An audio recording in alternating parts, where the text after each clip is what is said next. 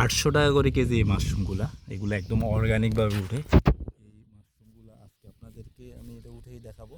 Basically এটা অনেক deep হয়, অনেক গভীরে থাকে, বাট আমি জানি না এটা উঠাতে পারবো কি না। এটা উঠবে না, এটা কোনো কিছু দিয়ে আপনার ছোটো কিন্তু মাটিগুলোকে একটু সরাইতে হবে, দেন এটা টানে উঠাইতে হবে। এটা উঠালে আনুমানিক একেবারে আপনার 1 হাতের মতন হয়ে যায়। এটা 12 ফিট বা 13 ফিটের উপরেও হয়ে যায় লম্বা।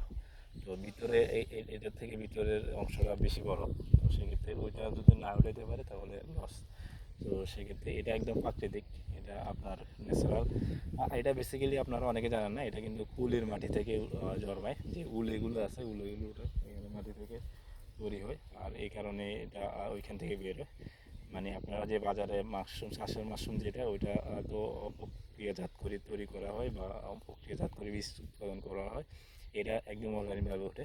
এটা এটা স্বাদটা কেমন খাইতে, এটা মূলত আপনার স্বাদটা গরুর বটের মতন একদম রাবার টাইপের হয়ে যায় যখন আপনার এগুলো রান্না করা হয় বা ভাজি করা হয় বা যেরকমভাবে হোক।